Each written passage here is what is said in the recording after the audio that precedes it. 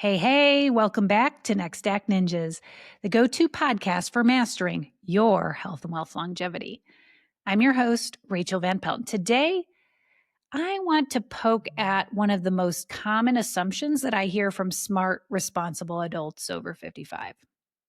The assumption goes a little something like this. We're just going to wait to move. Doesn't make sense to do anything big right now. We'll wait until we really have to move. Now, on the surface, that sounds prudent, doesn't it? It sounds conservative. It sounds like the financially responsible thing to do. But what if I told you that for many people, waiting is actually the most irresponsible and risky move on the board? What if the hidden costs of staying put quietly pile up until they start crushing the retirement you thought you were protecting? That's what we're going to unpack today. Right size now versus later, and the hidden costs that quietly erode your freedom, your flexibility, and your finances. But before we dive in, a quick reminder to save the date for the next Right Size Without Regret workshop. I'm going to be offering another one next month. It's a great chance for you to take an honest look at your health, your current home fit, home equity, like it's an integrated system, so you can make a plan that supports your best next act. Register for free at rightsizeretirement.com and grab a free copy of my Rethinking Retirement Guidebook while you're there. Okay, so let's start off by comparing two couples in their mid to late 60s who find themselves in a similar situation. One couple says, let's stay put, at least until age 75. The house is paid off. The kids love it. We know the neighbors. Why would we want to stir the pot? They decide to kick the can down the road, opting for status quo. Another couple has a similar house, similar neighborhood, the same sentimental attachments to that house.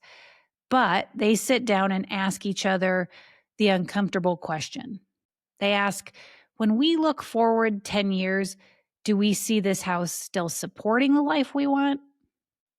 This couple can plainly see that physically and financially, answer is probably no.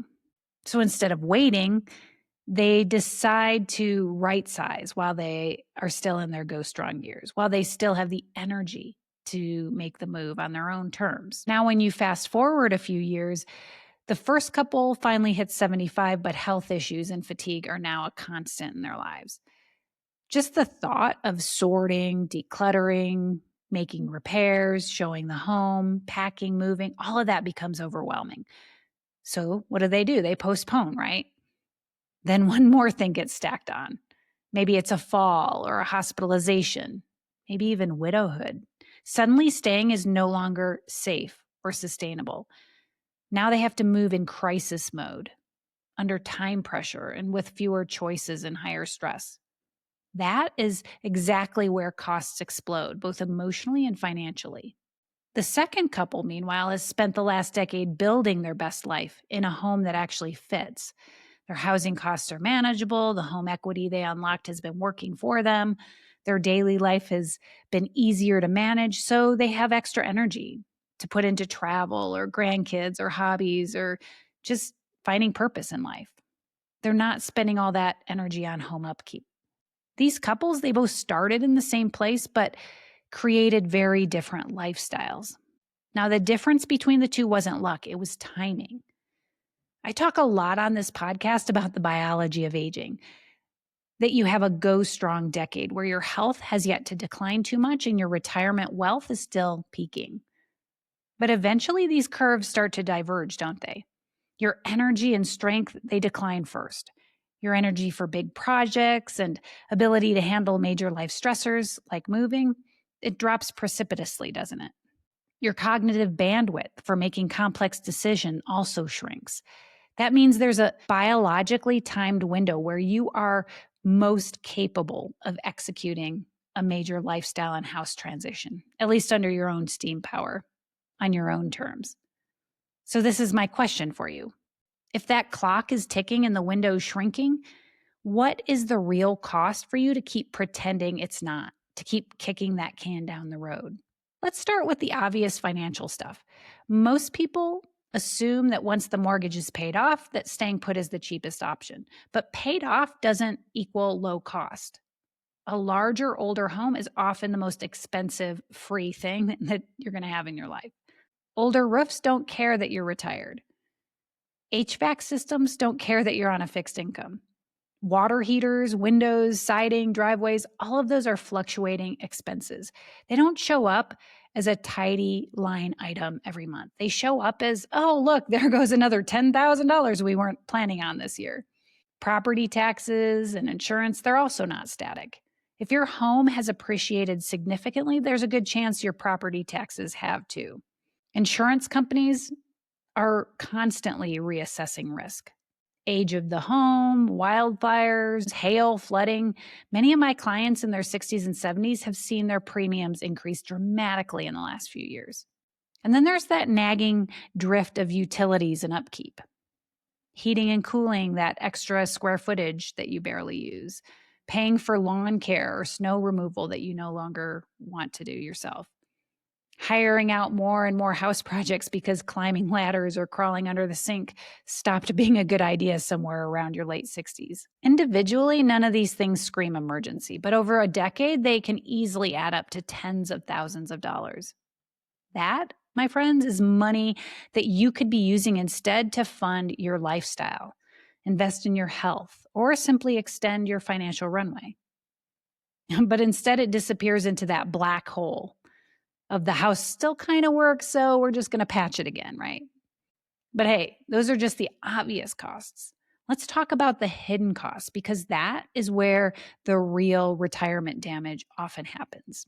I think one of the most underappreciated costs of waiting is opportunity cost. The cost of keeping too much of your net worth trapped in your walls for too long. For many of us over the age of 55, as much as 60 to 70% of our total net worth is in our home. Now, that's not inherently bad, but it is a concentration of risk.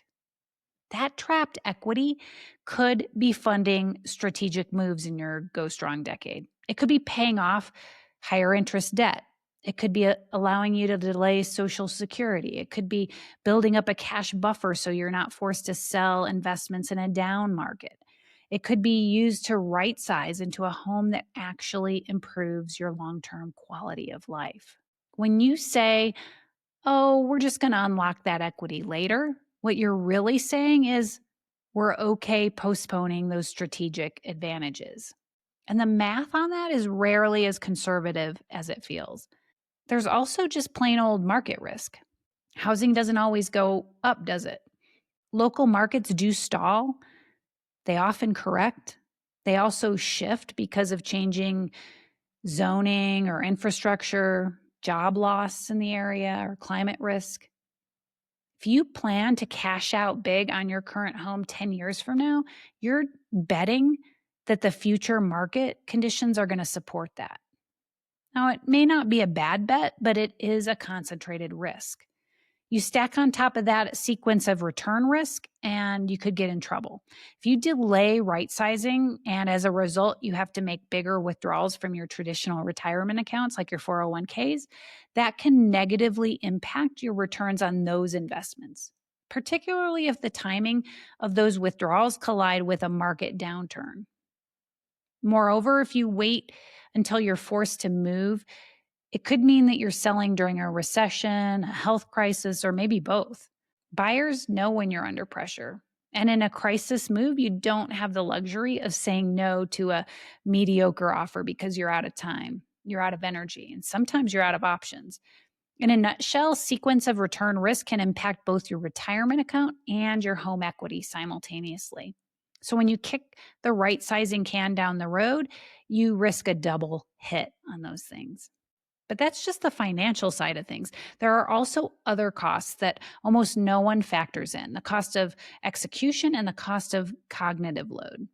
Execution cost is what it takes to actually pull a move off once you've waited too long. The longer you stay, the more stuff you accumulate. The more stuff you accumulate, the more complicated and expensive it becomes to declutter, to sort through things, to donate, to sell, to move, all that fun stuff. In your late 50s or early 60s, tackling a garage or a basement is a big job, but it is doable. You can break it into a series of Saturday projects very easily. But when you hit your 70s, the exact same task can feel like you're climbing Everest in flip flops. I've had clients who literally looked at a lifetime of possessions and said, nope, can't do it. And that was the end of the conversation about moving. That is until their adult children were left to deal with it under duress later. That overwhelm, that procrastination, it's not free, is it? It leads to paying a premium for professional decluttering, paying for roll-off dumpsters, storage units, estate sale companies, last-minute repairs at inflated prices, all of that. None of that money is going to buy you more years of health or freedom. It's buying your way out of a corner that you paid yourself into. The cognitive load is even more subtle, but it's just as real of a cost. Big decisions require time. They require attention, emotional bandwidth. In your Go Strong decade, you can sit down, make a plan, iterate on it, and adjust as needed. Your brain can handle the spreadsheets, the conversations, the troubleshooting. But as you move into your 70s and beyond, most people experience a decrease in their tolerance for complexity and ambiguity.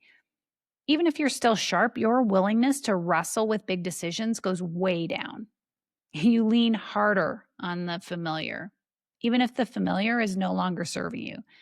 So the decision to right size doesn't just become physically harder, it becomes mentally harder. This is why I say that waiting is not neutral. Waiting is not the same as doing nothing. Waiting is making a very specific bet that your future self is going to be more willing and able to tackle a hard decision than you are today. That's a risky assumption. Now, I want to pause and say this very clearly. I am not anti-aging in place, and I'm not anti-staying put, but I am anti-unexamined assumptions. There absolutely are situations where staying put for a while makes great sense. If you're in a home that is already relatively low cost to maintain, something that's structurally supportive of aging, like single level home with minimal stairs, walk-in shower, safe entrances, and so forth. If you have that kind of a home and you're embedded in a strong social network and community, then staying put can be a great choice, especially if you've got a written plan with a clear trigger point for change. The key is the difference between passive waiting and strategic waiting. Passive waiting sounds something like this. Oh, we'll just see how it goes. We'll move when we're forced to. Whereas strategic waiting sounds something more like, we plan to stay here for just 2 to 3 more years while we improve our health, declutter, do a few home repairs. We've sketched out exactly where we want to go next and we've run the numbers. We're confident about our plan. But if there's a signal that our health is taking a turn or the market is starting to turn, we're prepared to pivot. We can move sooner if we have to. The passive approach assumes the future will be much more clear than the present, and there's nothing that can be done now. Whereas the strategic approach respects the biological and financial realities and proactively prepares, is ready to pivot. So how do you start shifting from passive waiting to strategic action without blowing up your life overnight? Well, first, I want you to get honest about your current home's true cost, not just the mortgage or lack thereof, but the full all-in monthly and annual expenses. That includes property taxes, insurance, utilities, routine maintenance, big projects that need to be done. If you've had a run of no big issues for a while, recognize that there may be some coming due. Houses age just like bodies do. They demand more attention and more money over time, not less. Second, I want you to get honest about how much of your total net worth is sitting in that home. If your house represents 60 to 70% of your wealth, that's a hint that housing shouldn't be the last thing on your mind when it comes to retirement planning. It should be one of the first things that you think about. Third, zoom out and look at your Go Strong window. If you're in your late 50s or 60s, ask yourself, if we are ever going to right size, when would we want that move to be fully behind us? I think most people, when they really sit with that, don't want to wait until their 70s or 80s. We may think we're going to age better than our parents did, but the truth is, every year we wait, it just gets harder until it becomes impossible, right? Now imagine two parallel timelines. In one, you keep doing exactly what you're doing. In the other, you make a plan over the next few months to either right size your current home or move into one that fits you better for your next decade. Ask yourself which timeline gives you more control over your money, your mobility, and your mental bandwidth. And remember, right sizing is not always about selling and buying something else. For some of you, the right move might be unlocking equity through a reverse mortgage while you simultaneously invest in your health and or retrofit the home for better mobility. For others of you, staying put and treating your current home as an income generating asset, say renting out a portion of it, might make sense for a while. The point is not that there's one size fits all. There's not just one correct move. The point is that there are costs to doing nothing. The smartest thing that you can do is look at all your options, run the numbers, do your due diligence. But I know this topic is an emotional one. Comfort is a powerful cage. Familiarity feels safe. It's far too easy for us to rationalize staying put with phrases like, oh, we're going to save money by not moving. When what we really want to say is, I don't want to think about this right now. So I get it. If that's you, I want you to hear this with kindness. Pushing that decision off does not make it easier or cheaper. It just pushes the burden to your future self, or worse, your family down the road. You can either pay in smaller increments now, asking the hard questions, looking at the numbers, confronting your attachment to your forever home, or you can pay in a bigger, massive way down the road when you have fewer options, less energy. So, as you're listening to this, I'd love for you to try a simple thought experiment. Imagine two scenarios. The first scenario, you do a right sizing review. You take an honest look at your body, your brain, your bank, your base. You run the numbers on your current home. You explore all your options. Maybe you decide to move. Maybe you decide to stay and intentionally modify. Regardless, doesn't matter. You are doing it on a timeline that works best for you, physically, mentally, and emotionally. You're not making any decisions under duress or in crisis mode. The second scenario, you keep doing what you're doing, hoping it'll all work out. That is until something external forces your hand. A major system fails and you can't justify putting more money into the house. You or your spouse can't safely navigate the stairs or drive anymore. And suddenly the house feels too big, too remote. Now you're making a decision in an urgent compromise state.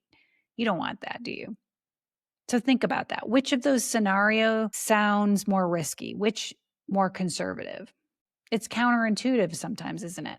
Proactive strategic change is actually less risky than passive waiting, status quo. I'm sure you've experienced this other areas of your life, in your career or parenting or investing. You've probably made decisions before you were 100% certain. You trusted your ability to adapt. This is no different. The only twist is that the clock you're working with now isn't just financial, it's biological. And you know that already, or you wouldn't be here listening to this podcast. In fact, if this conversation is stirring something up, maybe a mix of relief and anxiety, that's actually a good sign. It means your brain recognizes there's a mismatch between the story you've been telling yourself and what you really want. And look, you don't have to figure out your entire plan today, but you can take a smart first step. Just go take my free Rightsizing Readiness quiz. I think you'll love it. You'll find the link in the show notes. It's maybe 3 minutes, answer a few questions about your health span, your home fit, and that's going to help you determine where you're at in terms of your readiness to right size or age in place. When you get your results, you'll even get tailored next steps. And if your score lands in the it's time to start planning phase or boy, we're cutting it close phase, you're going to have the option to book a free right-sized home and health review with me. That's where we hop on a call and just do a deeper dive on your specific situation, help you get crystal clear on your options. You'll find a link for that in the show notes as well. Point is, every year that you're in your Go Strong decade, that's a year where you have maximum leverage because your health hasn't yet fallen off a cliff. Your wealth has never been higher. That is a season where smart retirees can make the biggest impact on their lifespan, their health span, quality of life. The question isn't, can I afford to move? The real question is, can I afford to wait? Thank you for joining me for another episode of Next Act Ninjas. If this sparked anything in you, make sure you share this episode with a friend or a spouse, someone who is also wrestling with the same questions. And don't forget to check out that Rightsizing Readiness quiz in the show notes. Until next time, live well, love more, age less, my friends.